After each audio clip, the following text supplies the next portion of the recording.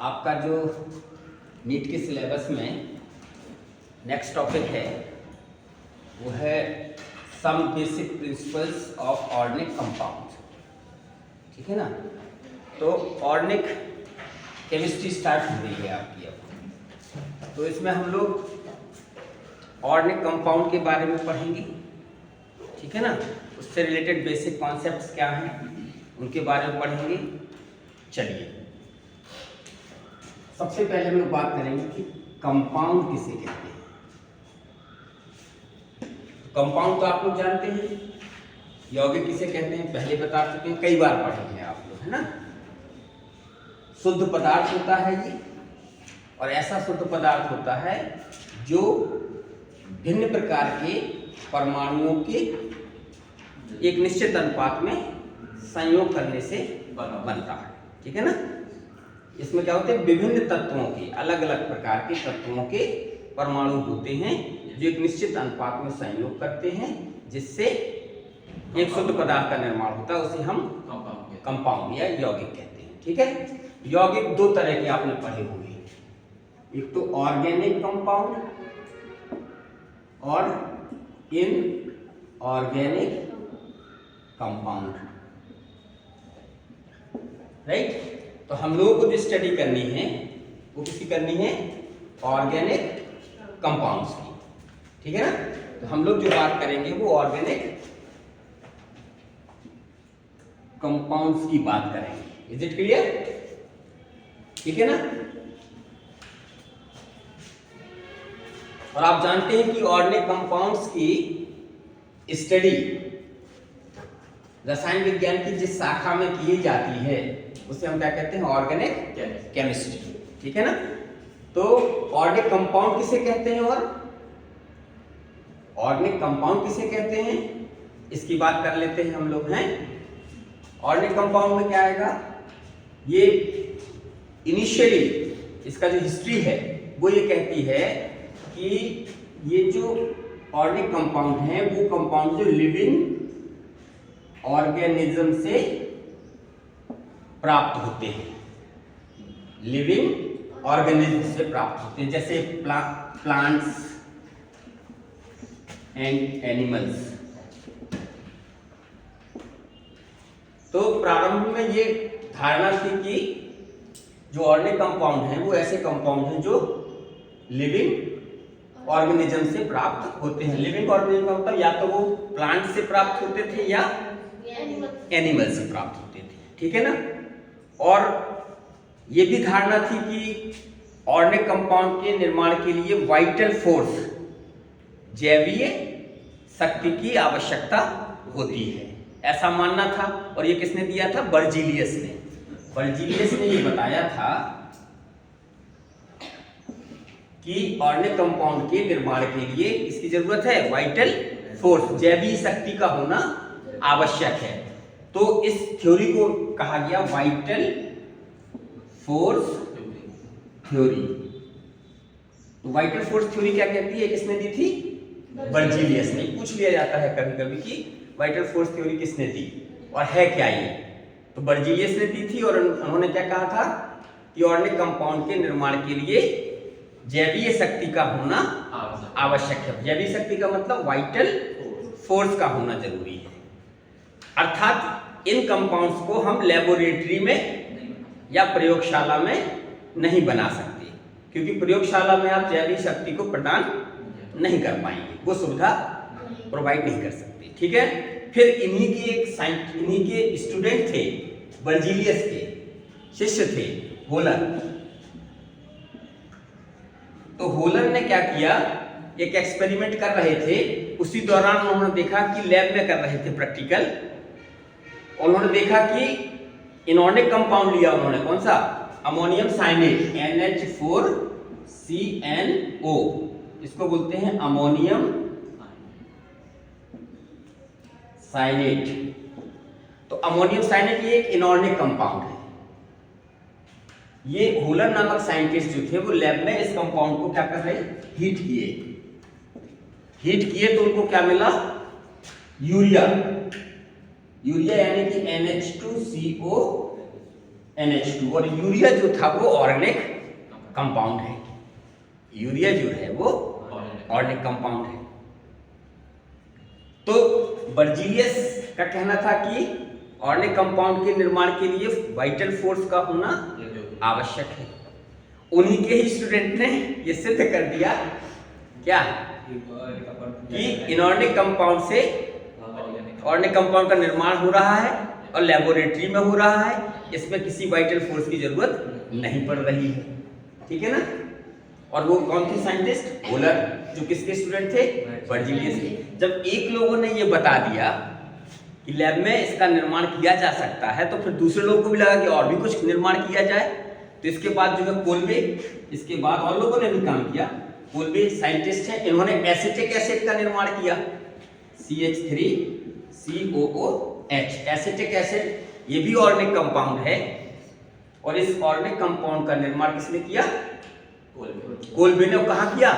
प्रयोगशाला में, लैब में किया। इस ठीक है ना। इसके जो एलिमेंट्स थे, कॉन्स्टिट्यूएंट एलिमेंट्स है, उनके द्वारा क्या किया? लेबोरेटरी में एसिटिक एसिड का निर्माण किया। किसने? कोल्बे ने। इसके बाद फिर और बर्थेलो, ये साइंटिस्ट हुए, इन्होंने क्या किया था? मीथेन का फॉर्मेशन किया, सिंथेसाइज किया मीथेन को, CH4 को लेबोरेटरी में, इन लैब लेबोरेटरी में मीथेन का निर्माण किया। ये भी ऑर्गेनिक कंपाउंड है मीथेन, इसको सिंथेसाइज किया किसने? बर्थेलो। ठीक है ना। तो इस तरह से ये कई ऐसे प्रमाण मिले कि ऑर्गेनिक कंपाउंड का निर्माण लैब में किया जा सकता है। इसके लिए वाइटल फोर्स का होना कोई आवश्यक नहीं है। ठीक है ना। क्लियर। फिर ये देखा गया कि जो ऑर्गेनिक कंपाउंड है, वो जितने भी ऑर्गेनिक कंपाउंड हैं उनमें कार्बन एटम अवश्य है। जितने भी ऑर्गेनिक कंपाउंड हैं उनमें कार्बन एटम सभी में है। तो आप कह सकते हैं कि ऑर्गेनिक कंपाउंड वो हैं जो कार्बन एटम रखते हैं। वो कार्बन एटम तो होगा ही होगा, कोई भी ऐसा ऑर्गेनिक कंपाउंड नहीं होगा कि जिसमें कार्बन ना हो। ठीक है। लेकिन इसके साथ एक चीज और जोड़ लीजिए कि कोई जरूरी नहीं है कि जहां कार्बन है तो वो ऑर्गेनिक कंपाउंड ही होगा। अगर किसी यौगिक में कार्बन प्रेजेंट है तो वो ऑर्गेनिक कंपाउंड ही होगा, इसका कोई सर्टेनिटी नहीं है। लेकिन अगर ऑर्गेनिक कंपाउंड है तो फिर उसमें कार्बन होगा। क्लियर? समझ आई बात? तो ऑर्गेनिक कंपाउंड अगर आपसे पूछे कोई, तो आप कह दीजिएगा कि जितने भी ऑर्गेनिक कंपाउंड होते हैं उनमें क्या होता है? कार्बन अवश्य होता है। ठीक है ना। अब फिर देखा कि ऑर्गेनिक कंपाउंड की संख्या बहुत सारी थी, बहुत ज्यादा संख्या में थे ये कंपाउंड्स। इसके अलावा और इन सब में क्या था? कार्बन था। यानी कि जो भी कंपाउंड थे वो किसके थे? कार्बन के ही कंपाउंड थे। इसका मतलब है कि कार्बन एक ऐसा एलिमेंट है जो बहुत सारे कंपाउंड का फॉर्मेशन करता है, जबकि पीरियोडिक टेबल में कार्बन के अलावा और भी 117 एलिमेंट हैं, नहीं है? लेकिन उन एलिमेंट्स के इतने सारे यौगिक नहीं हैं। बाकी तत्व जो हैं वो इतने सारे यौगिकों का निर्माण नहीं करते हैं, लेकिन कार्बन क्या है? वो बहुत सारे कार्बनिक यौगिकों का निर्माण करता है। तो क्यों करता है? इसका कारण है, उन्होंने कहा कि कार्बन जो है वो एक ऐसा एलिमेंट है जिसमें कैटिनेशन का गुण होता है। किसका? कैटिनेशन। कैटिनेशन को हिंदी में बोलते हैं श्रृंखलीकरण।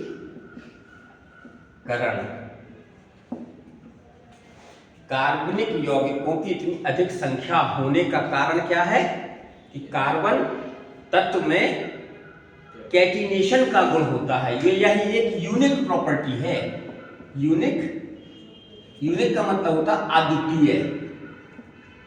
ऐसी प्रॉपर्टी है जो किसी और में नहीं है, अद्वितीय प्रॉपर्टी है, अद्भुत। कौन सी प्रॉपर्टी? कैटिनेशन की। अब कैटिनेशन क्या हिंदी क्या है? श्रृंखलीकरण। अब श्रृंखलीकरण जैसा कि शब्द है, उससे अगर आप अर्थ लगाएंगे तो इसका मतलब क्या है कि कार्बन एटम दूसरे कार्बन एटम से जुड़ करके एक श्रृंखला बनाएगा। फिर एक कार्बन एटम इससे जुड़ा, 3 कार्बन एटम जुड़ गए, 3 कार्बन एटम की श्रृंखला हो गई, ये 4 कार्बन एटम की श्रृंखला हो गई, ये 5 कार्बन। तो इस तरह कार्बन एटम से जुड़ करके एक नए यौगिक का निर्माण कर सकता है। ये इस गुण को बोलते हैं कैटिनेशन का गुण या श्रृंखलीकरण का गुण। बाकी में ऐसा नहीं है कि हाइड्रोजन हाइड्रोजन से मिला ये बन गया हाइड्रोजन मॉलिक्यूल, फिर हाइड्रोजन हाइड्रोजन हाइड्रोजन ये H3 बन जाए, ऐसा संभव नहीं है। ठीक है ना, कि हाइड्रोजन के एक एक एटम जुड़ते जाए और नए नए कंपाउंड का फॉर्मेशन होता जाए, ऐसा अन्य तत्वों में ऐसा गुण नहीं है। क्लियर हो रहा है? कार्बन एटम में क्या है कि कार्बन परमाणु अपने ही परमाणु से सहयोग करके एक नए यौगिक का निर्माण कर लेता है। जैसे ये है तो CH3 ये इथेन हो गया, इसको क्या बोलेंगे? इथेन।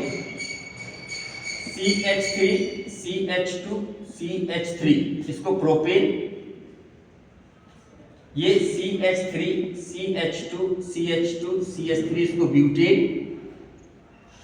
इसमें क्या हो रहा है बेटा, एक एक कार्बन एटम बढ़ता जा रहा है ना, जुड़ता जा रहा है, और इथेन एक कार्बनिक यौगिक है, प्रोपेन दूसरा कार्बनिक यौगिक है, ब्यूटेन तीसरा कार्बनिक यौगिक है। तो क्या हो रहा है, ये कार्बन एटम अपने ही कार्बन एटम से जुड़ करके नए यौगिक का निर्माण कर रहा है। बाकी तत्वों में ऐसा नहीं है कि हाइड्रोजन हाइड्रोजन मिला एक यौगिक बन जाए, ये 3 मिल जाए दूसरा यौगिक बन जाए, 4 मिल जाए तो तीसरा यौगिक बन जाए, ऐसा पॉसिबल नहीं है। तो अन्य तत्वों में ये कैटिनेशन का गुण नहीं पाया जाता है, या पाया जाता तो बहुत कम पाया जाता है।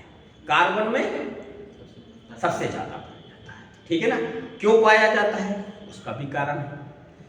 एक तो साइज स्मॉल है, इसका छोटा साइज है। दूसरा क्या है कि जो बॉन्ड बनता है इनके कार्बन कार्बन के बीच में, उसकी बॉन्ड स्ट्रेंथ बहुत ज्यादा है, बॉन्ड स्ट्रेंथ बहुत ज्यादा है। तो बॉन्ड की स्ट्रेंथ ज्यादा होगी तो क्या होगा, उससे और जुड़ते जाएंगे और वो मजबूती से जुड़े रहेंगे, बॉन्ड ब्रेक नहीं होंगे। तो क्या होगा, चेन चाहे जितनी लंबी कर लो आप, है ना, अगर उसमें स्ट्रेंथ है तो चेन चाहे जितनी लंबी कर लो। तो कार्बन कार्बन की बॉन्ड स्ट्रेंथ बहुत ज्यादा होती है, 80 to 85 किलो जूल पर मोल।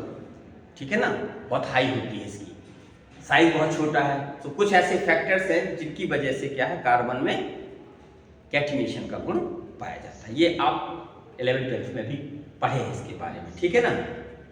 फिर बात आती है ऑर्गेनिक कंपाउंड तक हम लोग आ गए। ऑर्गेनिक कंपाउंड में कैटिनेशन भी पढ़ लिया। अब बात आती है कि ऑर्गेनिक कंपाउंड को रिप्रेजेंट कैसे करें, रिप्रेजेंटेशन ऑफ ऑर्गेनिक कंपाउंड। हम इसकी बात करते हैं।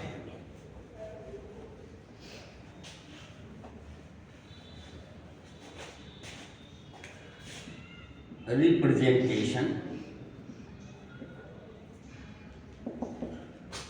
ऑफ ऑर्गेनिक कंपाउंड, यानी कि कोई भी कार्बनिक यौगिक है तो उस यौगिक को कैसे हम प्रस्तुत करें, रिप्रेजेंट करें। ठीक है ना, इसकी बात करते हैं। जैसे हमने कह दिया, मान लीजिए इथाइल एल्कोहल, क्या कह दिया, इथाइल एल्कोहल, आपने नाम सुना होगा, एथिल एल्कोहल का सुना ना, ये एक ऑर्गेनिक कंपाउंड है, राइट। तो इस ऑर्गेनिक कंपाउंड का रिप्रेजेंटेशन, इसको रिप्रेजेंट करना है तो कैसे करेंगे, बहुत सारे तरीके हैं, कई तरीके से आप इसको रिप्रेजेंट कर सकते हैं। तो पहली हम बात कर रहे हैं मॉलिक्यूलर फॉर्मूला के द्वारा, यानी कि किसी भी ऑर्गेनिक कंपाउंड को आप किसके द्वारा प्रदर्शित कर सकते हैं, रिप्रेजेंट कर सकते हैं, उसके मॉलिक्यूलर फॉर्मूला के द्वारा। ठीक है ना। तो जब इथाइल एल्कोहल को मॉलिक्यूलर फॉर्मूला लिखेंगे तो हम लोग क्या लिखेंगे, C2H6O। इथाइल एल्कोहल का मॉलिक्यूलर फॉर्मूला क्या लिख दिया हमने, C2H6O। क्यों लिख दिया, अगर आप इथाइल एल्कोहल का निकालेंगे फॉर्मूला तो यही आएगा मॉलिक्यूलर फॉर्मूला। और ये क्या बता रहा है कि इथाइल एल्कोहल में कितने तरह के परमाणु हैं। तो कितने तरह के हैं? 3 तरह के। एक तो कार्बन, दूसरा हाइड्रोजन, तीसरा ऑक्सीजन।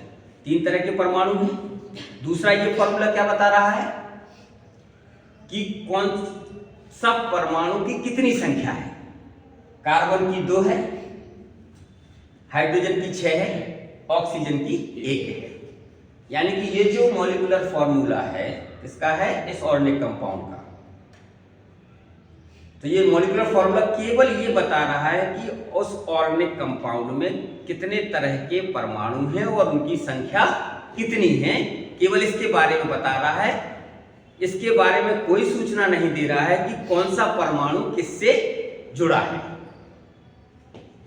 कौन सा परमाणु किससे जुड़ा है, इसके बारे में कोई सूचना ये नहीं दे रहा है। इससे नहीं पता लगता कि कौन किससे जुड़ा है ना। कार्बन कार्बन से जुड़ा है, कार्बन से हाइड्रोजन जुड़े हैं तो कितने जुड़े हैं, है ना। कार्बन से कार्बन भी जुड़ा है कि नहीं जुड़ा है, जैसे सिद्ध करके बताएं आपको, है ना। जैसे हम ये लिखते हैं CH3OCH3, ये लिखा, तो इसमें देखो आप कार्बन कार्बन के बीच में बॉन्ड नहीं है, कार्बन कार्बन से नहीं जुड़ा है, ऑक्सीजन से ये कार्बन जुड़ा है और ऑक्सीजन से ही ये कार्बन। तो इसका मॉलिक्यूलर फॉर्मूला निकालोगे तो यही आएगा कि नहीं आएगा? नहीं आएगा। कार्बन 2, हाइड्रोजन 6 और ऑक्सीजन 1। देखो दूसरा CH3CH2OH, ये लिख लिया। तो इसमें क्या हो रहा है, कार्बन कार्बन से जुड़ा है और इस कार्बन से ऑक्सीजन जुड़ा है और इस ऑक्सीजन से हाइड्रोजन जुड़ा है 1 और इस कार्बन से 2 हाइड्रोजन जुड़े हैं, इस कार्बन से 3 हाइड्रोजन जुड़े हैं। नहीं, इसका भी मॉलिक्यूलर फॉर्मूला क्या आएगा? नहीं आएगा। तो ये जो मॉलिक्यूलर फॉर्मूला केवल अगर हमने लिख दिया तो इससे हमें ये पता नहीं लगता है कि कौन सा परमाणु किससे जुड़ा है। केवल ये लिखने से कहां पता लग रहा है? नहीं लग रहा ना। इसकी स्ट्रक्चर ये भी हो सकती है, इसकी स्ट्रक्चर ये भी हो सकती, नहीं हो सकती तो भाई। तो मॉलिक्यूलर फॉर्मूला की बात अगर करेंगे तो आप क्या कहेंगे? मॉलिक्यूलर फॉर्मूला एक ऐसा फॉर्मूला है जो कंपाउंड में उपस्थित कितने प्रकार के परमाणु हैं इसके बारे में बताएगा, कितनी संख्या में है इसके बारे में बताएगा, लेकिन कौन सा परमाणु किससे जुड़ा है इसके बारे में कोई जानकारी नहीं देता है। उसे हम बोलते हैं यौगिक का molecular formula. Is it clear? कोई आपसे पूछता है कि मॉलिक्यूलर फॉर्मूला किसे कहते हैं तो आप यही कहेंगे ये कंपाउंड को प्रदर्शित करने का एक फॉर्मूला है जो यह बताता है कि उस यौगिक में कितने तरह के परमाणु हैं और कितनी संख्या में हैं, लेकिन ये यह नहीं बताता है कि कौन सा परमाणु किस परमाणु से जुड़ा है, इसके बारे में कोई, यानी कनेक्टिविटी के बारे में कोई सूचना नहीं देता। Is it clear? समझ में आई बात? चलिए, तो ये मॉलिक्यूलर फॉर्मूला के रूप में भी आप ऑर्गेनिक कंपाउंड को व्यक्त कर सकते हैं। दूसरा रिप्रेजेंटेशन क्या है? Lewis structure.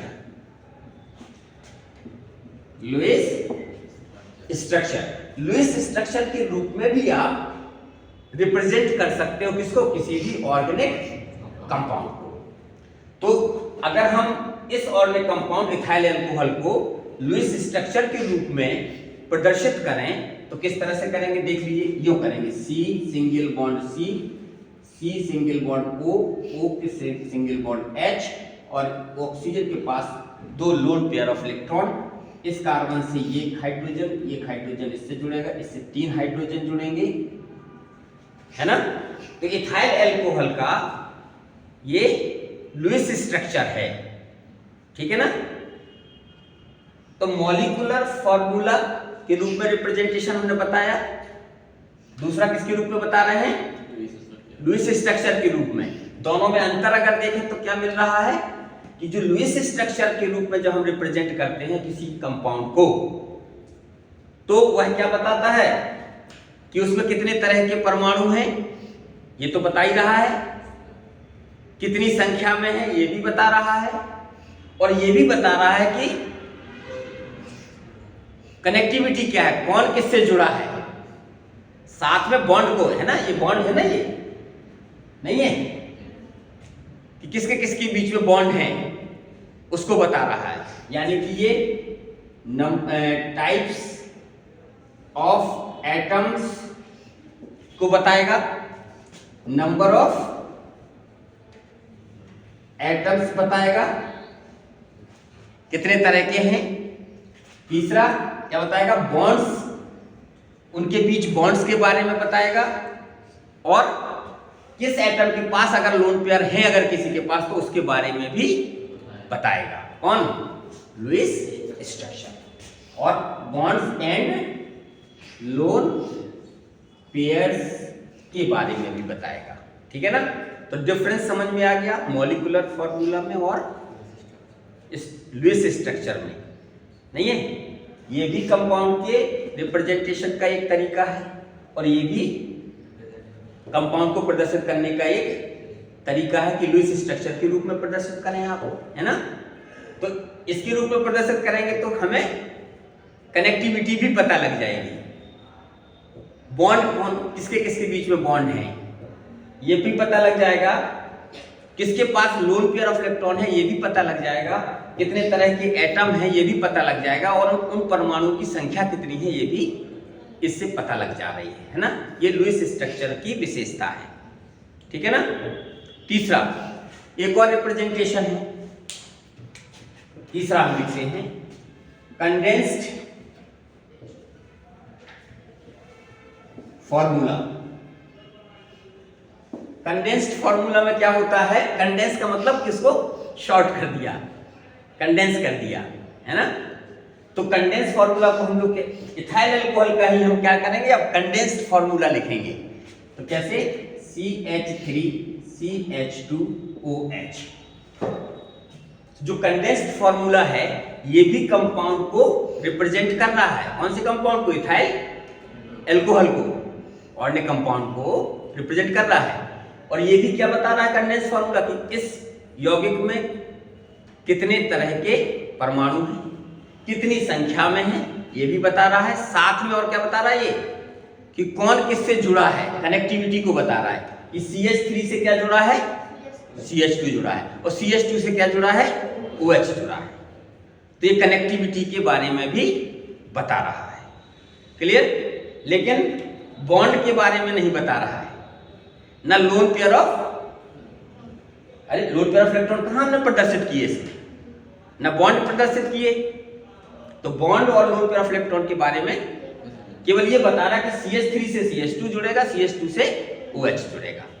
तो कंडेंस्ड जो फॉर्मूला होता है यौगिक का वो क्या बताता है कि उसमें कितने तरह के परमाणु हैं, कितनी संख्या में हैं, और उनकी कनेक्टिविटी को बता रहा है ना। लेकिन किस परमाणु के पास कितने लोन पेयर ऑफ इलेक्ट्रॉन है, कौन सा परमाणु कितने बॉन्ड बना रहा है, ये इसके बारे में नहीं बता रहा है, क्लियर। अंतर समझ में आ रहा ना। चौथा है partial condensed formula. Partial condensed formula, अब पार्शियल कंडेंस्ड फॉर्मूला का क्या मतलब है, पार्शियल शब्द लग गया ना, आंशिक, पार्शियल का मतलब आंशिक, तो इसमें कंडेंस्ड फॉर्मूला रहेगा, साथ में कुछ और परिवर्तन होगा। परिवर्तन क्या हुआ है कि अगर इसी कंपाउंड का हम इथाइल अल्कोहल का ही को प्रदर्शित करें किसके रूप में, पार्शियल कंडेंस्ड फॉर्मूला के रूप में, तो कैसे लिखेंगे, CH3 CH2 single bond O single bond H और ऑक्सीजन के पास लोन पेयर ऑफ इलेक्ट्रॉन। ठीक, अब अंतर समझो आप, इनके बीच में हमने बॉन्ड को नहीं बनाया, कहां बनाया, नहीं बनाया ना। कुछ परमाणुओं के बीच बॉन्ड बनाया और उनमें लोन पेयर की स्थिति भी बताई कि किसके पास कितने लोन पेयर हैं और किसके किसके बीच में ये बॉन्ड है ये बताया। लेकिन इनके बीच में बॉन्ड के बारे में नहीं बताया, नहीं बताया ना। लेकिन ये जरूर बता दिया कि CH3 से क्या जुड़ेगा, CH2 जुड़ेगा, ठीक है ना। लेकिन इनके बीच बॉन्ड जो बने हैं उनको प्रदर्शित नहीं किया है। तो केवल ये लिखना, इस रूप में लिखना क्या कहलाता है? Condensed formula. बॉन्ड नहीं बनाते ना इसमें आप, कंडेंस्ड फार्मूला में क्या करते हैं आप? बॉन्ड नहीं बनाते हैं, ना लोन पेयर दिखाते हैं। कहाँ दिखाए इसमें हमने? और जो लुईस स्ट्रक्चर होती है उसमें क्या करते हैं हम? बॉन्ड भी दिखाते हैं, लोन पेयर भी दिखाते हैं, नहीं दिखाते? तो यहां पर लुईस स्ट्रक्चर का भी तो कुछ पार्ट दिख रहा है कि नहीं दिख रहा है? लुईस स्ट्रक्चर का कुछ पार्ट है कि नहीं है? कैसे पता लग रहा है? अरे इसमें बॉन्ड भी दिखाए हैं आपने, लोन पेयर भी दिखाए हैं। ये कहाँ दिखाते हैं हम लोग? लुईस स्ट्रक्चर में। और ये पार्ट किसका है? ये कंडेंस्ड फार्मूला का है पार्ट, क्योंकि इसमें बॉन्ड नहीं दिखाए, लेकिन ये बता दिया है कि CH3 से CH2 जुड़ेगा, है ना? कनेक्टिविटी को तो बता रहा है, लेकिन लोन पेयर और बॉन्ड पेयर की बात हम लोग नहीं कर रहे हैं, यहाँ पर नहीं कर रहे हैं ना बॉन्ड की। तो इसलिए इसको हम बोलते हैं पार्शियल कंडेंस्ड फार्मूला। इसको क्या बोलेंगे?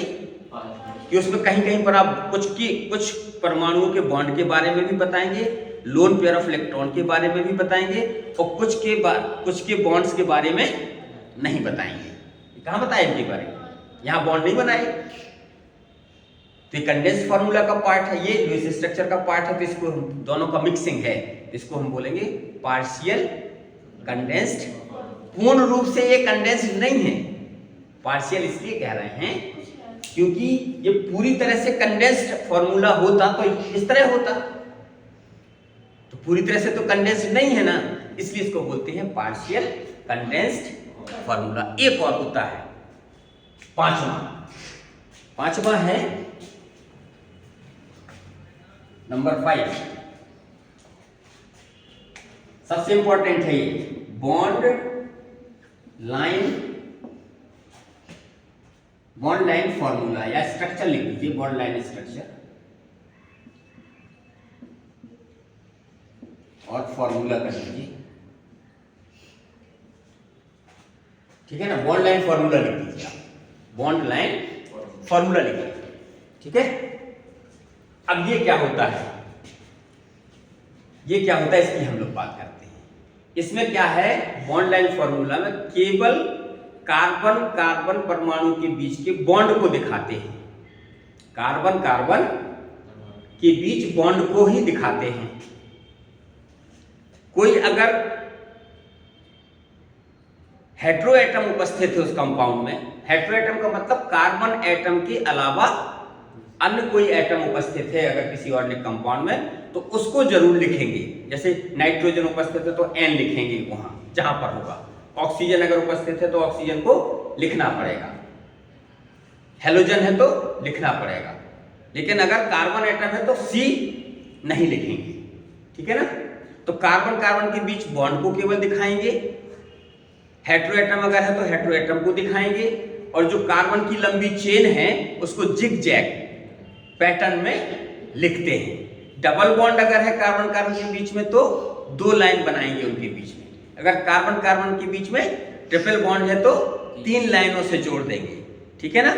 देखिए जैसे बॉन्ड लाइन स्ट्रक्चर हम आपसे कहें कि इसकी बॉन्ड लाइन स्ट्रक्चर लिखना है CH3 CH2 CH2 CH3। मान लीजिए ये एक ऑर्गेनिक कंपाउंड है, इसका नाम क्या है? ब्यूटेन।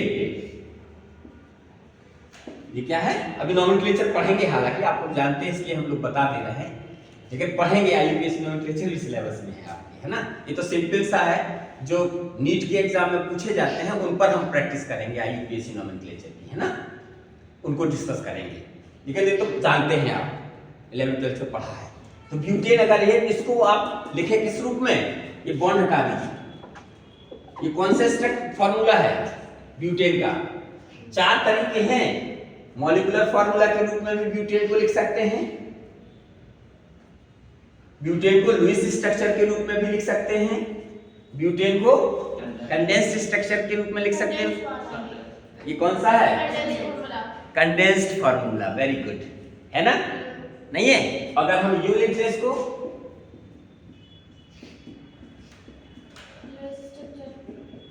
तो ये लुईस स्ट्रक्चर हो जाएगा। वेरी गुड, हो जाएगा ना? नहीं हो जाएगा? और कुछ को हम ऐसे लिख दें, कुछ को एक आध का हम बना दें बॉन्ड, तो कंडेंस पार्शियल कंडेंस्ड स्ट्रक्चर हो जाएगी, बॉन्ड फॉर्मूला हो जाएगा। अब इसी को लेकर हम क्या कह रहे हैं, बॉन्ड लाइन स्ट्रक्चर में बताना है। तो ये कार्बन कार्बन चेन है, नहीं है? कितने कार्बन है? 4। तो एक पॉइंट ये लिया, दूसरा पॉइंट ये लिया, एक कार्बन ये हो गया, दूसरा कार्बन ये हो गया, फिर तीसरा कार्बन, फिर चौथा कार्बन। एक दो एक बॉन्ड दिखाया, तो ये कार्बन कार्बन के बीच में बॉन्ड है ना, उसको दिखा रहा है। एक दूसरा बॉन्ड दिखाया, इसका मतलब कार्बन कार्बन के बीच में बॉन्ड है। फिर ये कार्बन कार्बन के बीच में बॉन्ड है, नहीं है? तो जो कार्बन चेन है उसको आपने कैसे दिखाया? जिग-जैग पैटर्न में दिखाया। कार्बन कहीं लिखे नहीं, आपने नहीं लिखे ना, इसमें कार्बन एटम को नहीं लिखेंगे, कार्बन कार्बन के बीच के बॉन्ड को रिप्रेजेंट करेंगे, ठीक है ना? अगर डबल बॉन्ड होता तो जहां होता तो 2 लाइन बनाती, ट्रिपल बॉन्ड होता कार्बन कार्बन के बीच तो ट्रिपल 3 लाइन लगाती। यहां पर तो सब में क्या है? सिंगल बॉन्ड है, तो single bond single bond single bond. Clear कि भाई? तो ये किसका बॉन्ड लाइन स्ट्रक्चर हुआ? ब्यूटेन का। अब इसी में हम क्या करते हैं? CH3 CH2 OH करते हैं। ये कंपाउंड लिख दिया हमने, कौन सा लिख दिया? CH3 CH2 CH2 OH। तो इस प्रोपेनॉल, तो प्रोपेनॉल 1 प्रोपेनॉल, प्रोपेन 1 ऑल, पहले कार्बन पर है ये, है ना? तो इस कंपाउंड का अगर आपसे कहें कि बॉन्ड लाइन स्ट्रक्चर बनाइए, कैसे बनाओगे? इसका बॉन्ड लाइन स्ट्रक्चर कैसे बनाओगे? बॉन्ड लाइन स्ट्रक्चर में क्या करना है? केवल बॉन्ड बनाने ही। किसके किसके बीच में? कार्बन कार्बन के बीच में। और जो चेन है उसको जिग-जैग लिखना है, कार्बन की जो चेन है उसको जिग-जैग लिखना है। तो क्या करोगे? एक कार्बन, 2 कार्बन, 3 कार्बन, तो ये एक कार्बन ये हो गया, दूसरा ये हो गया, तीसरा ये हो गया, ठीक है ना? और फिर इस कार्बन से क्या लिखा है? Single bond OH। तो ये किसको ऐसा कहीं लिखा है, इसका मतलब ऐसा कहीं लिखा है, इसका मतलब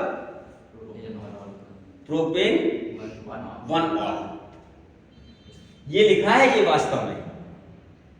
और ज्यादातर आप आगे जब पढ़ेंगे देखेंगे तो इसी का सबसे ज्यादा यूज करते हैं लोग, बॉन्ड लाइन फॉर्मूला को। आसान है, कार्बन नहीं लिखना, हाइड्रोजन नहीं लिखना। जैसे यहाँ है ये पॉइंट लिखा है ना, ये कार्बन है और कार्बन से जो भी है हाइड्रोजन जुड़े हैं, अंडरस्टूड है।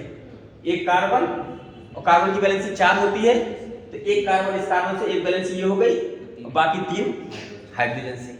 तो इसमें लिखना नहीं पड़ता हम लोगों को, कार्बन नहीं लिखना, हाइड्रोजन नहीं लिखना। अगर हेटेरो एटम आया है तो देखिए हेटेरो एटम लिखा, हेटेरो एटम को लिखा, नहीं लिखा है? हेटेरो एटम आएगा तो उसको लिखना पड़ेगा। क्लियर? अच्छा, एक और, यहां OH न लगा के हम यहां लगा देते हैं बेटा, तो यहां CH3 कर देते हैं। इसको रिप्रेजेंट करिए बॉन्ड लाइन स्ट्रक्चर, इसका बॉन्ड लाइन फॉर्मूला में। इस यौगिक को बॉन्ड लाइन फॉर्मूला में लिखिए। इस यौगिक ऑर्गेनिक कंपाउंड को बॉन्ड लाइन फॉर्मूला में रिप्रेजेंट करिए। कर लेंगे नहीं? हाँ बताइए। एक कार्बन है तो यहां से चलिए, फिर दूसरा कार्बन ये हो गया, और फिर तीसरा कार्बन ये हो गया, नहीं हो गया? तो 1 2 3 कार्बन हो गए, तीनों के बीच में सिंगल बॉन्ड है इसलिए सिंगल सिंगल लाइन। और फिर पहला कार्बन ये है, दूसरा कार्बन ये है, तीसरा कार्बन ये है, और कार्बन किस कार्बन दूसरे कार्बन पर OH है तो single bond OH। Hetero atom आया तो उसको लिखना पड़ेगा, ठीक है? Is it clear? अब हम आपको क्वेश्चन देते हैं, क्वेश्चन देते हैं, समझ गए? आप किसी भी ऑर्गेनिक कंपाउंड को प्रदर्शित करने के जितने भी फॉर्मूला हैं उसके बारे में जान गए। कौन कौन से फॉर्मूला हो सकते हैं? मॉलिक्यूलर फॉर्मूला के रूप में व्यक्त कर सकते हैं, और लुईस स्ट्रक्चर के रूप में व्यक्त कर सकते हैं। मॉलिक्यूलर फॉर्मूला के रूप में इस तरह से व्यक्त करेंगे, लुईस स्ट्रक्चर के रूप में इस तरह से व्यक्त करेंगे, कंडेंस्ड फॉर्मूला के रूप में अगर व्यक्त करना तो ऐसे करेंगे, पार्शियल कंडेंस्ड फॉर्मूला के रूप में व्यक्त करना है और तो ऐसे करेंगे, बॉन्ड लाइन में करना है तो ऐसे करेंगे। ठीक है ना, क्लियर, समझ में आ गई बात? चलिए तो हम एग्जाम्पल देते हैं आपको और उनको आपको बॉन्ड लाइन फॉर्मूला में लिखना है। ठीक है ना, दो चार देते हैं, इसके बाद जो है फिर आगे चलते हैं।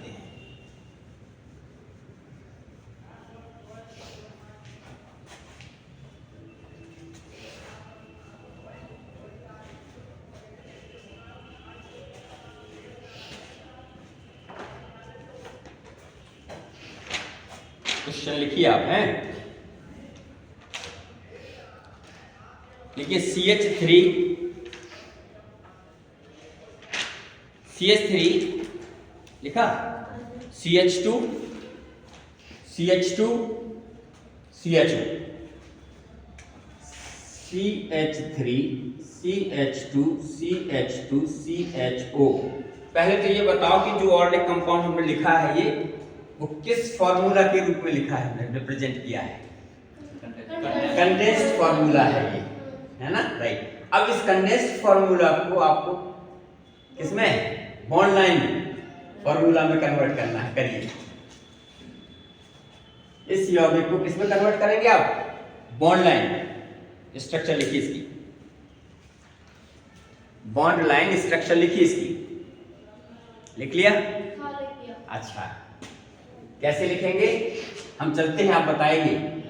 एक कार्बन ये हो गया, दूसरा ये हो गया, तीसरा ये हो गया, चौथा ये हो गया। अब क्या करें,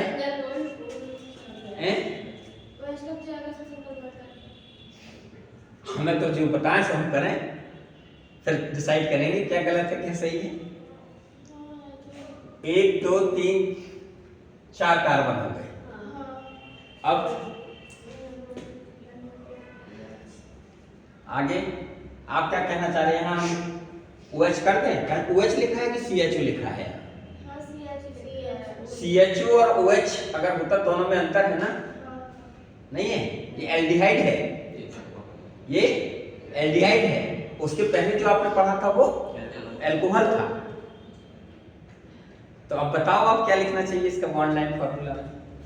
अगर इसकी लुईस स्ट्रक्चर देखो आप, क्या लुईस स्ट्रक्चर बताओ, C H H H single bond C, H H single bond C, H H single bond C, और C से डबल बॉन्ड O और सिंगल बॉन्ड H। यही होगी स्ट्रक्चर? नहीं होगी, यही होगी,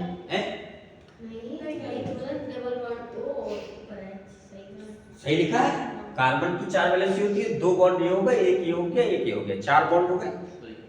टेट्रावैलेंट होता है, नहीं होता है? तो ये यही तो होगा इसका। ये कौन सी स्ट्रक्चर, और ऑक्सीजन के पास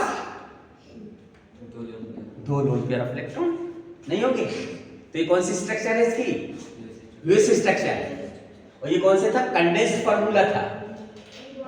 और अब इसका बॉन्ड लाइन स्ट्रक्चर बनानी है, तो बॉन्ड लाइन स्ट्रक्चर क्या करेंगे, एक कार्बन ये हो गया, दूसरा ये हो गया, तीसरा ये हो गया, चौथा, ये यहां से चलिए, पहला ये हो गया, दूसरा ये हो गया, तीसरा ये हो गया, चौथा ये हो गया। और पहला कार्बन तो यही है ना, 1 2 3 4, जहां फंक्शनल ग्रुप है वही पहला कार्बन होगा। तो पहले कार्बन से डबल बॉन्ड से क्या है, कार्बन को तो दिखाना नहीं, कार्बन से जुड़े हाइड्रोजन को नहीं दिखाना है, किसमें, बॉन्ड लाइन स्ट्रक्चर में। लेकिन कोई हेटेरो एटम अगर है कार्बन और हाइड्रोजन के अलावा, नाइट्रोजन, सल्फर, हेलोजन, फास्फोरस, अगर ये कोई है, ऑक्सीजन, तो इनको आपको दिखाना पड़ेगा। तो O को दिखाना पड़ेगा ना हेटेरो एटम को, और O कैसे जुड़ा है, तो double bond O, clear. H नहीं लिखना, कार्बन से जुड़े H को नहीं लिखना। अगर O से H जुड़ा होता तो लिखते H लिख देते वहां पर, ठीक है ना, क्लियर हो गया। तो बॉन्ड लाइन स्ट्रक्चर समझ गए। एक एग्जांपल लिखो आप, देखो अभी प्रैक्टिस करा देंगे। CH3 CH2 CH3 CH2 NH CH2 CH3। देखिए CH3 CH2 NH CH2 CH3 अमीन है ये, इसकी bond line structure, bond line structure बना दी। इसको मिटा दे फर्स्ट वाले को, ठीक।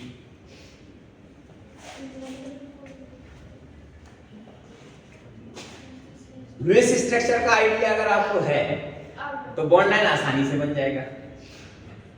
लुईस स्ट्रक्चर का आइडिया है तो बॉन्ड लाइन आसानी से बन जाएगा।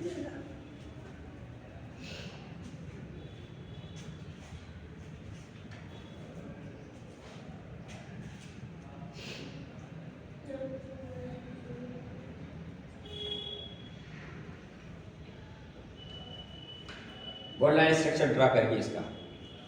देखिए हम बताएं क्या करिए, ड्रा करिए आप लोग, फिर हम जब लिखेंगे तो उससे टैली करिएगा सही है कि नहीं है। लिखें हम, ठीक, मैच कराइएगा। ये कार्बन है, इसको ले लिया हमने, यो एक कार्बन, दूसरा ये कार्बन, और इस कार्बन से सिंगल बॉन्ड से क्या जुड़ा है, N, नाइट्रोजन नहीं जुड़ा। इस कार्बन से ये कार्बन जुड़ा है, तो इस कार्बन से ये कार्बन जोड़ दिया, और इस कार्बन से क्या जुड़ा है, N, और N से ही क्या जुड़ा है, H, और फिर क्या है, इस N से ये C जुड़ा है, इस C नाइट्रोजन से ही ये दूसरा कार्बन जुड़ा, इसको लिख दिया। फिर इस कार्बन से ये कार्बन जुड़ा है, तो फिर ये आ गए। अब टैली कर लो आप, सही है कि गलत है, कुछ कमी रह गई। हाँ, क्लियर हुआ कि क्यों ऐसा होना चाहिए। समझ लीजिए C से ये C जुड़ा है, तो C से ये C जुड़ा है, इसको लिखते नहीं, कार्बन और कार्बन से जुड़े हाइड्रोजन को नहीं लिखना है, केवल कार्बन कार्बन बॉन्ड को लिखना है। फिर कार्बन से अगर अदर कोई हेटेरोएटम लिखा है तो उसको बॉन्ड बना करके आप जोड़ेंगे। बॉन्ड बनाया, हेटेरोएटम नाइट्रोजन को लिखा, और इस हेटेरोएटम से फिर कार्बन जुड़ा है, ये वाला नहीं जुड़ा है, और फिर इस कार्बन से एक और कार्बन जुड़ा है, CH3 वाला नहीं जुड़ा है ना, और नाइट्रोजन से क्या जुड़ा है, हाइड्रोजन। नाइट्रोजन क्या होता है, ट्राइवेलेंट है ना, ये इसमें नहीं है क्यों भाई, टेट्रावेलेंट भी हो सकता है कहीं, लेकिन यहां होगा तो स्थिति दूसरी होगी, सॉल्ट के रूप में आएगा, है ना, वो सॉल्ट के रूप में आएगा, ठीक है। टेट्रा मतलब 4 डिग्री अमोनियम सॉल्ट के रूप में आएगा, जहां पर टेट्रावेलेंट होगा कौन, नाइट्रोजन, वहां नाइट्रोजन पर पॉजिटिव चार्ज आएगा। उसकी बात अभी हम लोग बात करेंगे बाद में, हैं। इसका क्लियर हो गया। एक और एग्जांपल दें, लिखिए CH3 CH3 CH OH CH2 COOH, CH3 CH single bond OH, bond OH लगाना हो लगाइए, लेकिन लगा दिया हमने, चलिए कोई बात। CH2 COH,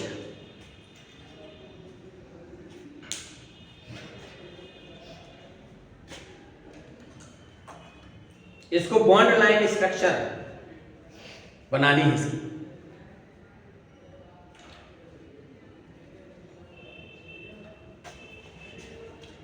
और बेटर होता है कि आप इसका लुईस स्ट्रक्चर बना लें तो आसान हो जाएगा। अगर बना लेंगे तो आपको कंफ्यूजन नहीं रहेगा कोई, या इतना अभ्यास हो उसका।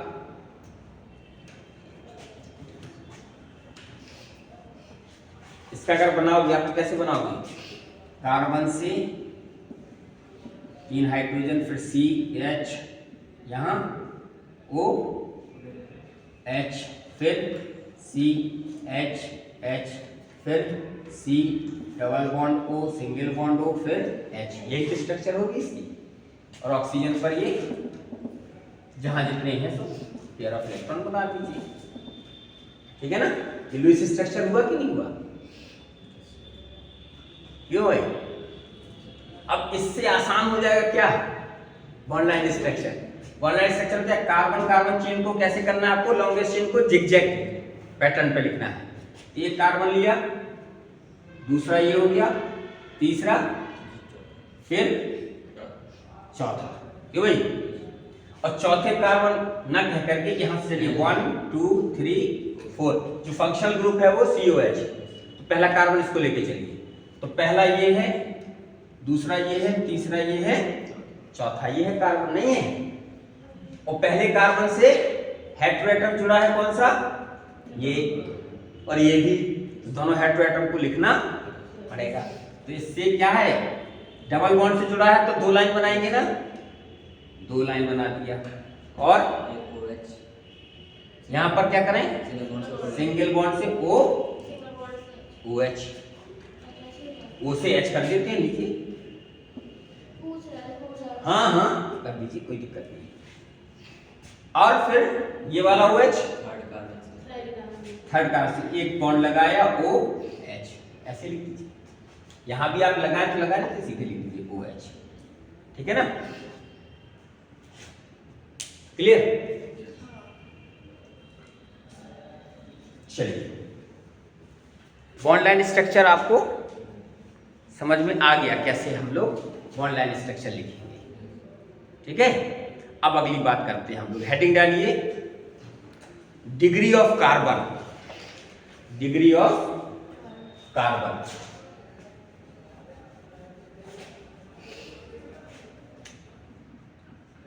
डिग्री ऑफ कार्बन, ये क्या होता है इसकी बात करें, है ना?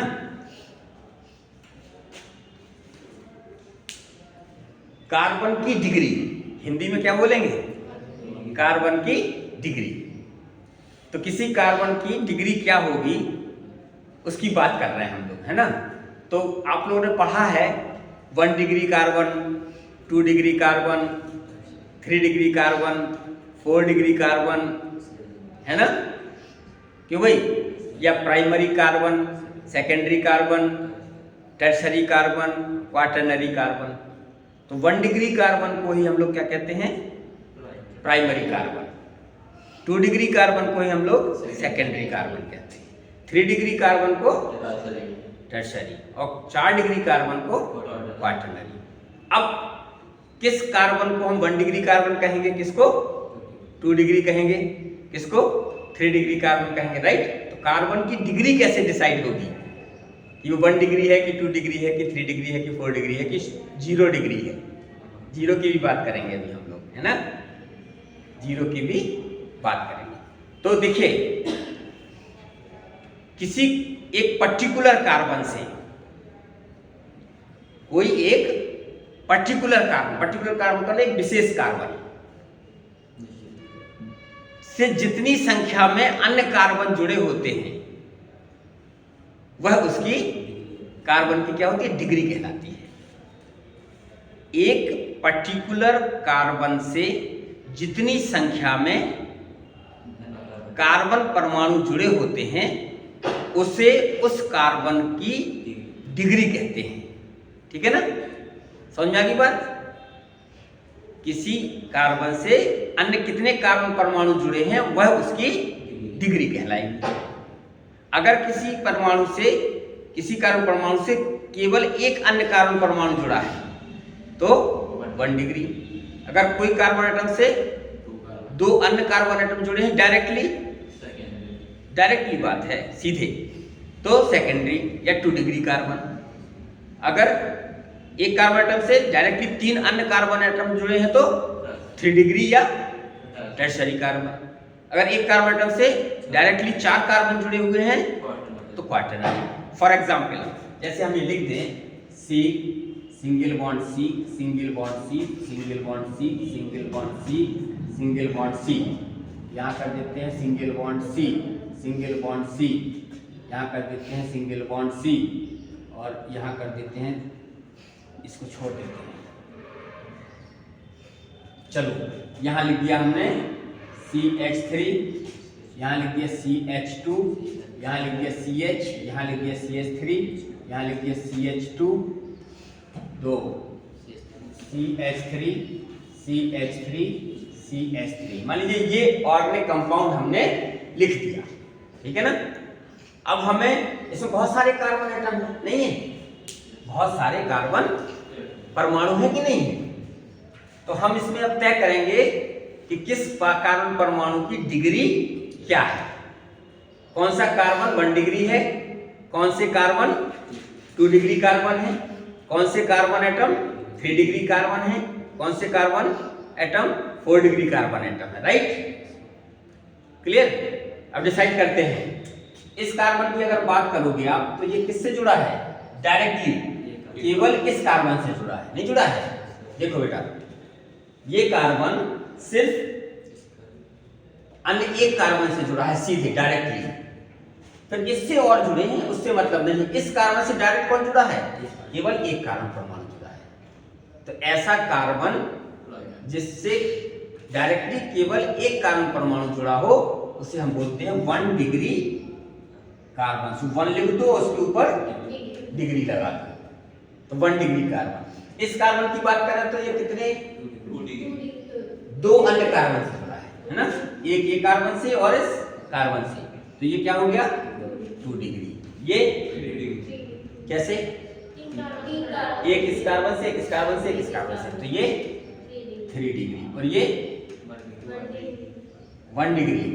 ये कार्बन बताओ 2 डिग्री, ये कार्बन 4 डिग्री, ये कार्बन 1 डिग्री। Very good. ये कार्बन, ये कार्बन 1 डिग्री। Very good. अब इसमें पूछा कि 1 डिग्री कार्बन परमाणु की संख्या कितनी है। नंबर ऑफ 1 डिग्री कार्बन कितने हैं, 1 2 3 4 5। Very good. और 2 डिग्री कार्बन 2, 3 डिग्री कार्बन 1 है ना, और 4 डिग्री कार्बन 1। समझ में आ गई बात। तो डिग्री ऑफ कार्बन आप डिसाइड कर लेंगे। अब आती है हाइड्रोजन की भी डिग्री होती है। 1 degree hydrogen, 2 degree hydrogen, 3 degree hydrogen, नहीं है ना। तो उसकी डिग्री कैसे तय होगी, कार्बन की डिग्री से। हाइड्रोजन किससे जुड़ा होगा, कार्बन से। तो अगर जो हाइड्रोजन 1 डिग्री कार्बन से जुड़ा होगा उसे हम 1 डिग्री हाइड्रोजन कहेंगे, है ना। और जो हाइड्रोजन एटम किससे जुड़ा होगा, 2 डिग्री कार्बन से जुड़ा होगा, उसकी भी डिग्री क्या होगी, 2 डिग्री हाइड्रोजन कहलाएगा, नहीं कहलाएगा। जो हाइड्रोजन 3 डिग्री कार्बन से जुड़ा होगा वो 3 डिग्री हाइड्रोजन कहलाएगा, है ना।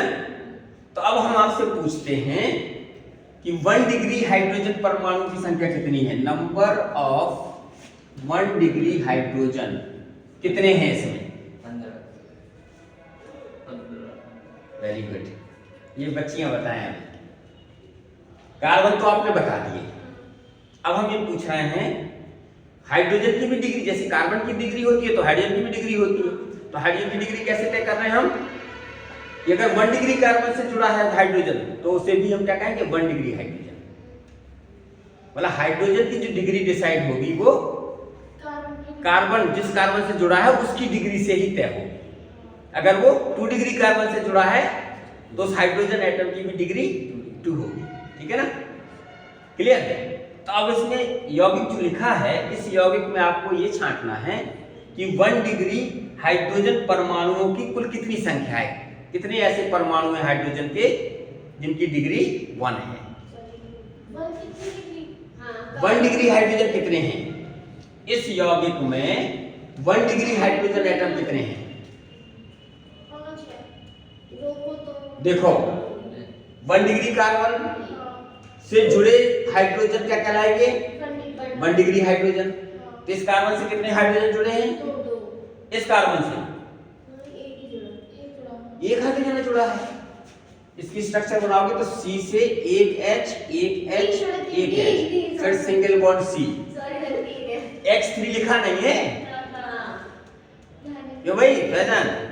सर ध्यान तो देखिए 3 हाइड्रोजन एटम तो ये हो गए जिनकी 1 डिग्री क्या है 1 डिग्री हाइड्रोजन 3 ये हो गए 1 डिग्री हाइड्रोजन 3 ये हो गए 6 3 9 3 12 और 3 15 तो कितने हो गए हाइड्रोजन 15 यानी कि ये सैचुरेटेड चूंकि हाइड्रोकार्बन है कार्बन कार्बन के बीच में सिंगल बॉन्ड है सैचुरेटेड है तो ऐसी स्थिति में अगर आपको 1 डिग्री कार्बन पता है ना तो सीधा 1 डिग्री कार्बन की संख्या गुणा 3 कर दो क्योंकि एक कार्बन से 3 हाइड्रोजन जुड़े होंगे सैचुरेटेड के केस में है ना तो जितने 1 डिग्री कार्बन उसका 3 से मल्टीप्लाई कर दोगे तो 1 डिग्री हाइड्रोजन की संख्या आ जाएगी नहीं आ जाएगी तो 5 थे ना आपके 1 डिग्री कार्बन कितने थे इंटू 3 तो 5 इंटू 3 इज इक्वल टू 15 आ जाएगा नहीं आ जाएगा क्यों भाई 2 डिग्री हाइड्रोजन बताओगे 2 डिग्री हाइड्रोजन 2 डिग्री कार्बन से जुड़े हैं हाइड्रोजन यहाँ 2 इस 2 डिग्री कार्बन से जुड़े हाइड्रोजन 2 2 2 4 क्लियर अच्छा 3 डिग्री 1 है कहाँ है ये है 3 डिग्री कार्बन से एक ही H तो जुड़ा है और 4 डिग्री कार्बन 4 डिग्री हाइड्रोजन एक भी नहीं है होता ही संभव नहीं है 4 डिग्री हाइड्रोजन संभव नहीं है 4 डिग्री कार्बन तो संभव है लेकिन 4 डिग्री हाइड्रोजन संभव नहीं है क्यों नहीं है क्योंकि कार्बन की वैलेंसी 4 है और चारों 4 डिग्री कार्बन वो है जो अदर 4 कार्बन एटम से जुड़ा हो डायरेक्टली तो जब एक कार्बन से 4 कार्बन जुड़ गए तो इसके बाद हाइड्रोजन तो उससे जुड़ नहीं सकता इसलिए 4 डिग्री हाइड्रोजन नहीं है अब आता है क्या 0 डिग्री कार्बन अरे जिसकी कोई डिग्री नहीं है वो 0 डिग्री क्यों भाई या उसी हैं तो 4 H की तो है डिग्री 1 डिग्री हाइड्रोजन होता है 2 डिग्री 3 डिग्री लेकिन 4 डिग्री हाइड्रोजन नहीं होता है क्यों नहीं होता पता है बता दें एक बार और क्लियर कर दें 4 डिग्री हाइड्रोजन की परिभाषा क्या होगी वह हाइड्रोजन जो 4 डिग्री कार्बन से जुड़ा हो 4 डिग्री कार्बन से और 4 डिग्री कार्बन कौन कहलाएगा जिस कार्बन से अन्य 4 कार्बन परमाणु जुड़ा जैसे ये हमने लिख दिया C single bond C single bond C तो ये कार्बन है इससे कितने कार्बन जुड़े हैं 1 2 3 4 तो इसकी डिग्री क्या हुई 4 डिग्री कार्बन है कि नहीं तो 4 डिग्री कार्बन से जो हाइड्रोजन जुड़ा होगा उसे आप कहोगे क्या 4 डिग्री हाइड्रोजन तो इससे क्या कोई हाइड्रोजन जुड़ सकता है अब नहीं जुड़ सकता ना क्यों नहीं जुड़ सकता क्योंकि कार्बन की वैलेंसी 4 होती है और चारों वैलेंसी उसकी कंप्लीट हो गई है तो अब चौथा 5वां हाइड्रोजन एटम कहीं जुड़ नहीं सकता और जब जुड़ेगा नहीं तो हाइड्रोजन जब जुड़ेगा नहीं तो क्वाटरनरी हाइड्रोजन होगा नहीं तो क्वाटरनरी कार्बन से हाइड्रोजन नहीं जुड़ सकता वैलेंसी पूरी हो गई है उसकी क्लियर इसलिए 4 डिग्री हाइड्रोजन नहीं होगा अब 0 डिग्री कार्बन की बात करते हैं हम लोग है ना तो अगर कोई कार्बन ऐसा है जो डायरेक्टली किसी भी कार्बन से नहीं जुड़ा है डायरेक्टली किसी अन्य कार्बन से नहीं जुड़ा है तो उसको क्या बोलेंगे 0 डिग्री कार्बन या सुपर प्राइमरी कार्बन एक और नाम है उसका सुपर 1 डिग्री कार्बन देखिए सुपर प्राइमरी कार्बन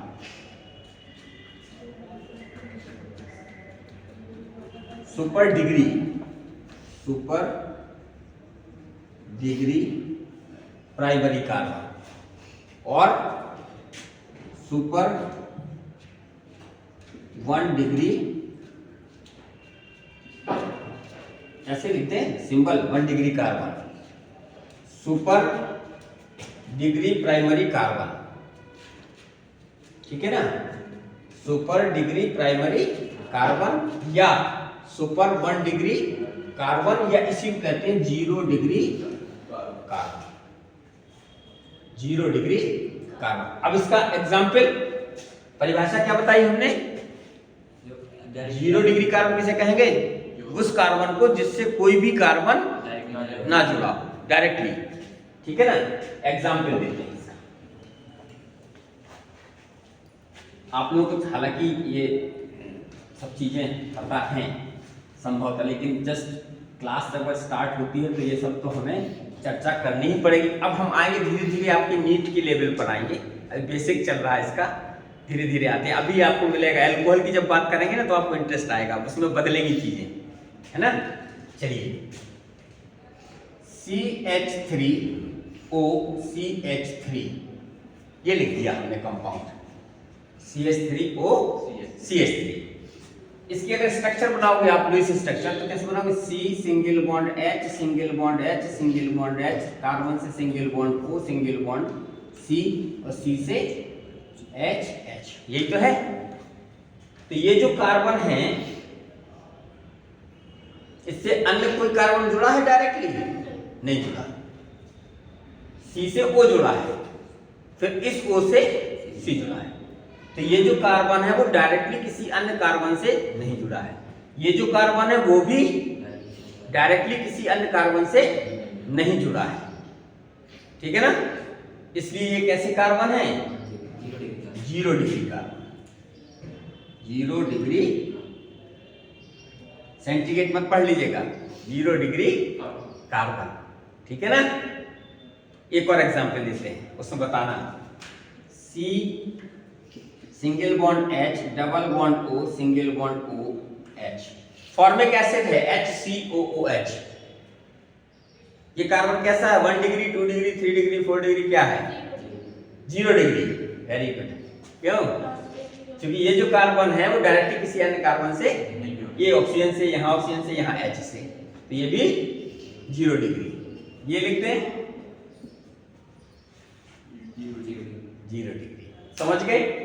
अब फिर हेडिंग डालिए डिग्री ऑफ एल्कोहल, हेडिंग डालिए degree of alcohol, degree of alcohol.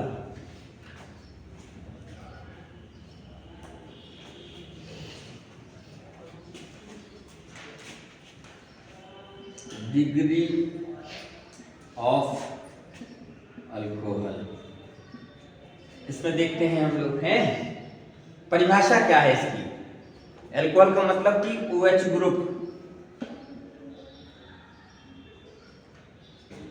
OH group होगा इसमें, अल्कोहल में नहीं होगा, हाइड्रोक्सी ग्रुप होगा ना। और जब OH ग्रुप कार्बन से जुड़ा होगा, नहीं है अल्कोहल में OH ग्रुप किससे जुड़ा होगा? कार्बन से जुड़ा होगा।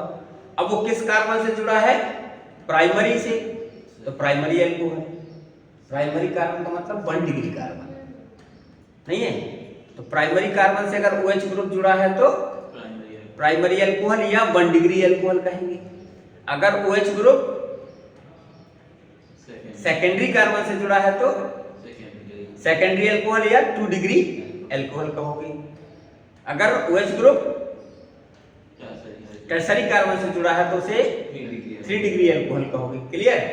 अच्छा, तो पर डेफिनेशन क्या हो जाएगी कि अल्कोहल की डिग्री किससे तय होगी? उस कार्बन की डिग्री से जिससे OH ग्रुप जुड़ा है।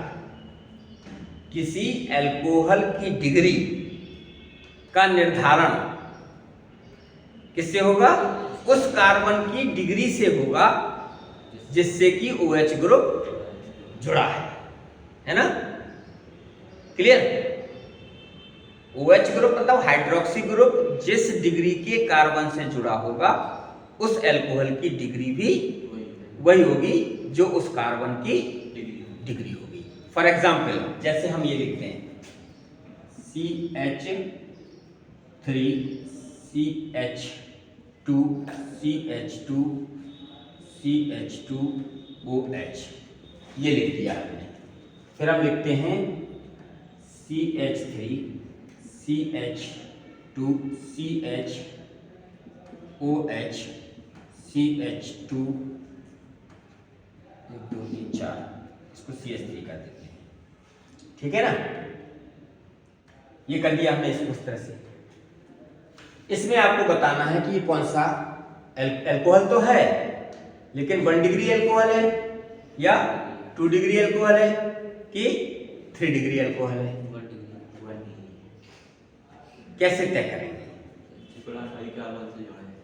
इसमें स्ट्रक्चर अगर आप बनाओगे तो कैसे बनाओगे, C single bond C single bond C single bond C, 4 carbon है। इस कार्बन से क्या जुड़ा है, सिंगल बॉन्ड OH, तो हाइड्रोक्सी ग्रुप जुड़ा है इस कार्बन से, यहां पर H, यहां पर H, यहां पर H, यहां पर H, H H H H, ये है ना। ये 1 carbon atom, first second third fourth. इस कार्बन की डिग्री क्या है, कैसा कार्बन है, नंबरिंग छोड़ दो आप, नंबरिंग मत करो, चलो इस कार्बन की डिग्री डिसाइड करो। OH ग्रुप इस कार्बन से जुड़ा है, तो इस कार्बन की डिग्री 1 डिग्री कार्बन है। क्यों है, क्योंकि ये कार्बन केवल डायरेक्टली इस एक कार्बन से जुड़ा है। इस कार्बन की डिग्री डिसाइड करो। ये कार्बन इससे भी जुड़ा है और इससे भी जुड़ा है, अन्य 2 कार्बन से डायरेक्टली जुड़ा है, तो ये 2 डिग्री, ये कार्बन 2 डिग्री, ये कार्बन 1 डिग्री, ठीक है। तो इस अल्कोहल तो है ये, इस अल्कोहल में OH ग्रुप किस कार्बन से जुड़ा है, 1 डिग्री कार्बन से नहीं जुड़ा है, कार्बन से तो जुड़ा है लेकिन 1 डिग्री कार्बन से जुड़ा है। तो जब OH ग्रुप 1 डिग्री कार्बन से जुड़ा हो तो ऐसे अल्कोहल को बोलते हैं 1 डिग्री अल्कोहल। क्या बोलते हैं, 1 डिग्री अल्कोहल, क्लियर, या प्राइमरी अल्कोहल।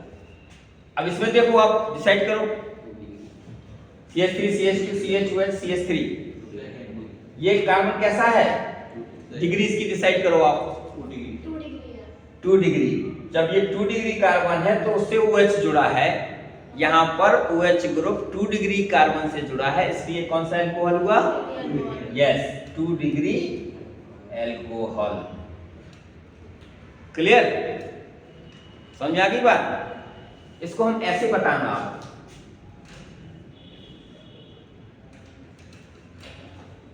ये कौन सा अल्कोहल है,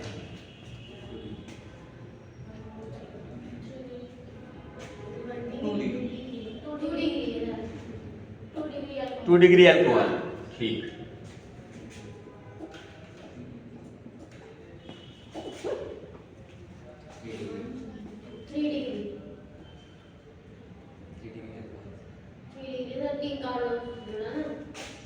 ये कार्बन, ये कार्बन, ये कार्बन, ये कार्बन और ये भी,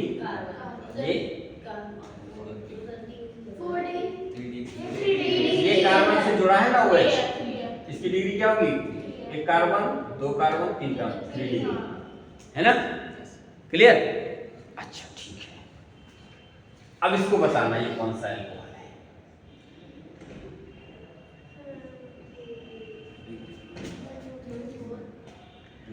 ये कौन सा अल्कोहल है, 1 degree alcohol, 2 degree alcohol, 3 degree alcohol, 2 degree alcohol, क्यों भाई, ये अल्कोहल डिसाइड करो कौन। भाई यहाँ पर ये पॉइंट है, ये दिख रहा है आपको, ये सब कार्बन है, तो ये कार्बन है, ये कार्बन है, ये कार्बन है, ये कार्बन है, ये कार्बन है, ये कार्बन है, तो ये कार्बन से एक कार्बन ये जुड़ा है और एक कार्बन ये जुड़ा है, तो इस कार्बन से 2 अदर कार्बन जुड़े हैं डायरेक्टली, तो ये 2 डिग्री कार्बन हुआ कि नहीं हुआ। और OH ग्रुप किससे जुड़ा है, 2 डिग्री कार्बन से, तो ये 2 डिग्री अल्कोहल होगा कि नहीं होगा? क्यों भाई? ठीक, अब ये बताना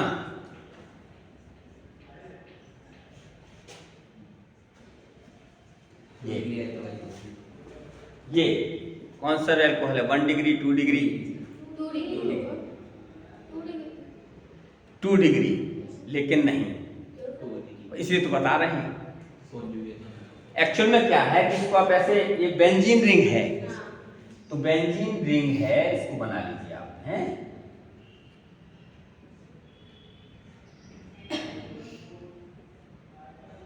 और यहां पर सब क्या रहेगा?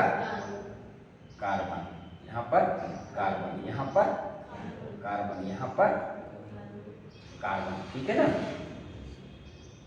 तो ये OH, ये है तो सेकेंडरी कार्बन है ना, लेकिन आपको ये पता ध्यान रखना है, इंपॉर्टेंट पॉइंट है कि जब OH ग्रुप इससे जुड़ा हो, डायरेक्टली बेंजीन रिंग से जुड़ा हो, तो फिर वो अल्कोहल नहीं, फिनॉल कहलाता है। क्या कहलाता है? फिनॉल। अगर OH ग्रुप बेंजीन रिंग के कार्बन से डायरेक्टली अटैच्ड है, तो फिर वो अल्कोहल नहीं है, बल्कि क्या है? फिनॉल होता है। क्या होता है? फिनॉल, नॉट अल्कोहल, ठीक है ना? तो इसको आप क्या लिखोगे कि ये अल्कोहल नहीं है, ये फिनॉल है। जब अल्कोहल ही नहीं है तो फिर 1 डिग्री, 2 डिग्री, 3 डिग्री की तो कोई बात ही नहीं होती है। इज इट क्लियर और नॉट? अब एक और चीज ट्विस्ट, एक और देते हैं क्वेश्चन। अब अगर हम आपसे पूछें, कल हम और प्रैक्टिस के लिए क्वेश्चन देंगे आपको, इसका बताना बेटा। टाइम हो गया क्या? 5 का ये हमने ये बना दिया, और फिर ये सिंगल बॉन्ड CH2, और फिर लिख दिया OH। ये बताओ डिग्री और 1 डिग्री बोलो। 1 डिग्री ये फिनॉल तो नहीं है, अल्कोहल है। ये हमने कहा अल्कोहल नहीं है, अल्कोहल नहीं है। ये नहीं 1 डिग्री है, क्योंकि अल्कोहल डायरेक्टली उससे जुड़ा है, बेंजीन रिंग से डायरेक्टली नहीं जुड़ा है, ये बेंजीन रिंग से डायरेक्टली नहीं जुड़ा है, बेंजीन रिंग से कार्बन जुड़ा, कार्बन से जुड़ी, तो इसलिए ये अल्कोहल है। तो कौन सा alcohol? 1 degree alcohol. Is it clear? समझ में आ गई बात? समझ में आ गया इतना? तो ये अल्कोहल नहीं है, फिनॉल है, लेकिन ये बेंजीन रिंग इसमें भी है, OH ग्रुप भी है, लेकिन OH ग्रुप बेंजीन रिंग से डायरेक्टली अटैच नहीं है, इसलिए ये अल्कोहल है, फिनॉल नहीं है, ठीक है ना? और इसकी डिग्री होगी, तो क्या है? 1 डिग्री। Is it clear? इतना ही पढ़ा है आज, बस। चलिए कल डिस्कस करेंगे। Thank you. सर आपने क्या की? हमें करना